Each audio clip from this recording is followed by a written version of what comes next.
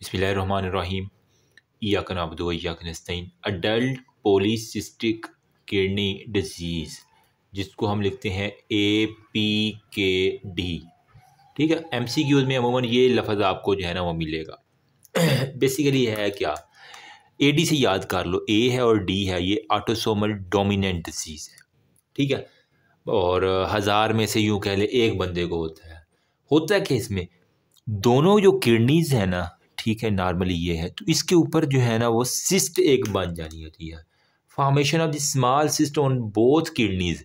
और वो जो सिस्ट है वो लाइन किससे कर रही होगी, वो हमारे पास जो कि ट्यूबुलर एपिथेलियम से स्टार्ट होती है इन्फेंसी से, और वो एट दी एंड जो है ना हमारे पास ऊपर जा रही होती है।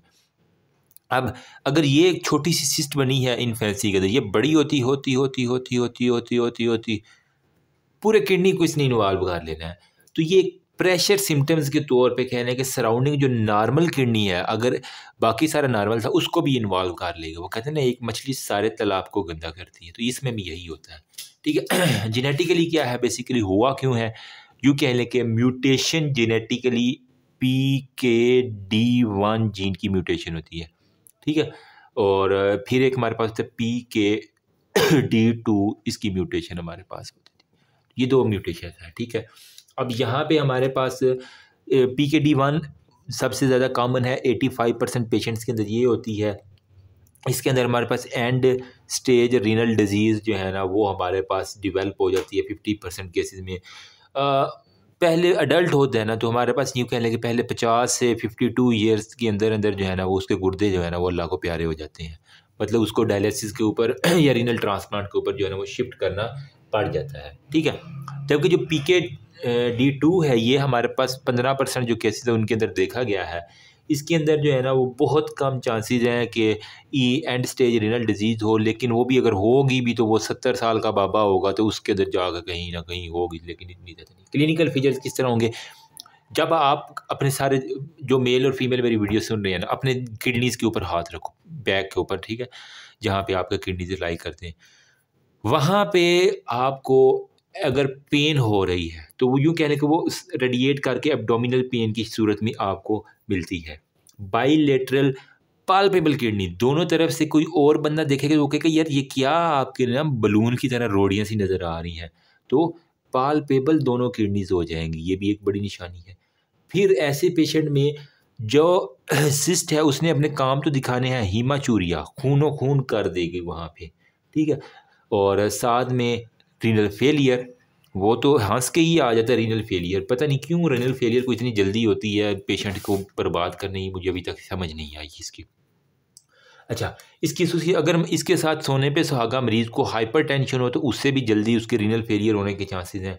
अगर उसको UTI चल रहा है तो सोने पे सुहागा, पहले हीमाचूरिया हो रहा है और उसके साथ मज़ीद उसके प्रोटीन लॉस। और फिर कह रहा है कि अगर किसी को बेरी एनोरिज्म है, बेरी एनोरिज्म आपने न्यूरोलॉजी के अंदर पढ़ा होगा, जिसके अंदर हमारे पास सब एरेक्नाइड हेमरेज होता है, और इवन आपने सर्जरी के अंदर भी आपने इसको रिवाइज़ किया होगा।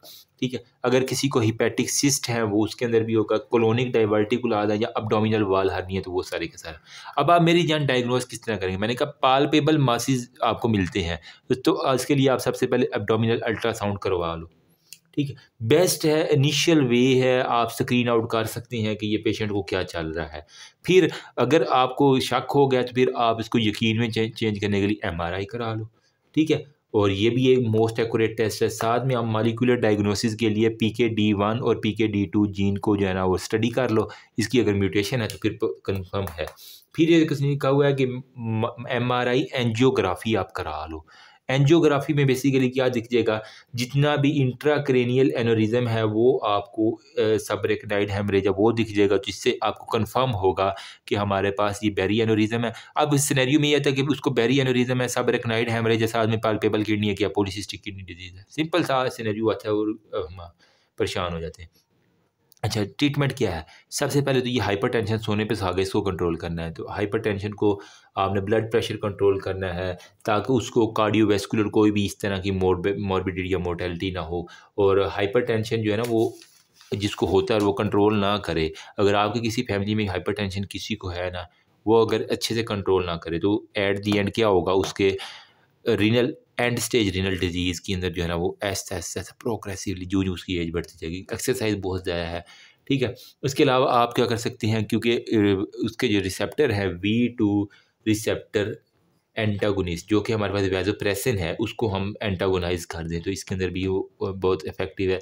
वरना अगर डैमेज हो ही गया तो फिर रीनल रिप्लेसमेंट थेरेपी जो है ना वो आपने डोनर से लेके कर देनी होती है, ठीक है। ये हमारे पास है GAPKD adult polycystic kidney disease. यहीं पे हम लगे हाथ एक दूसरा भी है रीनल सेल कार्सिनोमा, यहीं पे डिस्कशन कर लेते ताकि एक ही वीडियो बन जाए। रीनल सेल कार्सिनोमा इसमें बेसिकली मोस्ट कॉमन ट्यूमर है किडनी का अडल्ट्स के अंदर, रीनल ट्यूबुलर, जिसको हम ये अराइज बेसिकली कहाँ से करता है, एडिनोकार्सिनोमा से जो है ना बेसिकली ये राइज करता है, ठीक है। अब इसकी कुछ टाइप्स हैं वो हम जल्दी से देख लेते हैं। एक हमारे पास होता है जी क्लियर सेल कार्सिनोमा, ठीक है। नंबर सेकंड पे हमारे पास होता है जी पेपिलरी कार्सिनोमा। नंबर थर्ड पे क्रोमोफोब कार्सिनोमा, क्रोमोफोब कार्सिनोमा। और नंबर फोर्थ पे हमारे पास होता है collecting duct carcinoma, collecting duct carcinoma. तो CCP, PC स्क्वायर, ठीक है, cube, papillary, clear, chorio, collecting duct carcinoma और क्रोमोफोब कार्सिनोमा, ये हो गया हमारे पास। सबसे मोस्ट कॉमन अगर पूछे तो क्लियर चीज़ें आपने रखनी है, तो मोस्ट कॉमन हमारे पास ये क्लियर होता है, ठीक है। और ये इवन जो है ना वो रीनल पेल्विस के अंदर स्प्रेड करके हीमाचूरिया इसकी बड़ी निशानी होती है, आपको पता होना चाहिए बस। अच्छा, मोस्टली ये एसिम्प्टोमेटिक होते हैं, लेकिन सिम्टम्स कब रिवील होते हैं, जब अगर उसको हीमाचूरिया बहुत ज़्यादा हो रहा है, ठीक है, लॉइन पेन बहुत ज़्यादा हो रही है, वो मास फील हो रहा है, पेन, मास, हीमाचूरिया, ये एक ट्राइएड, क्लासिकल ट्राइएड में दर्द है, एक मास है और खून है, तो ये हमारे पास आ जाता है, ठीक है।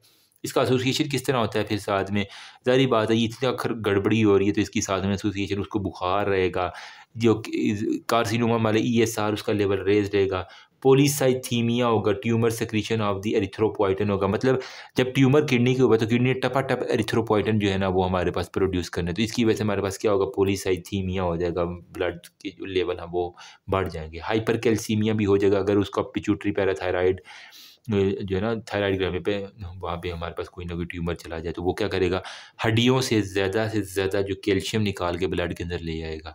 तो हमारे पास ये सारी डायग्नोसिस क्या है, सेम वही, आपने अल्ट्रासाउंड करवा लेना है, बेस्ट है, ठीक है।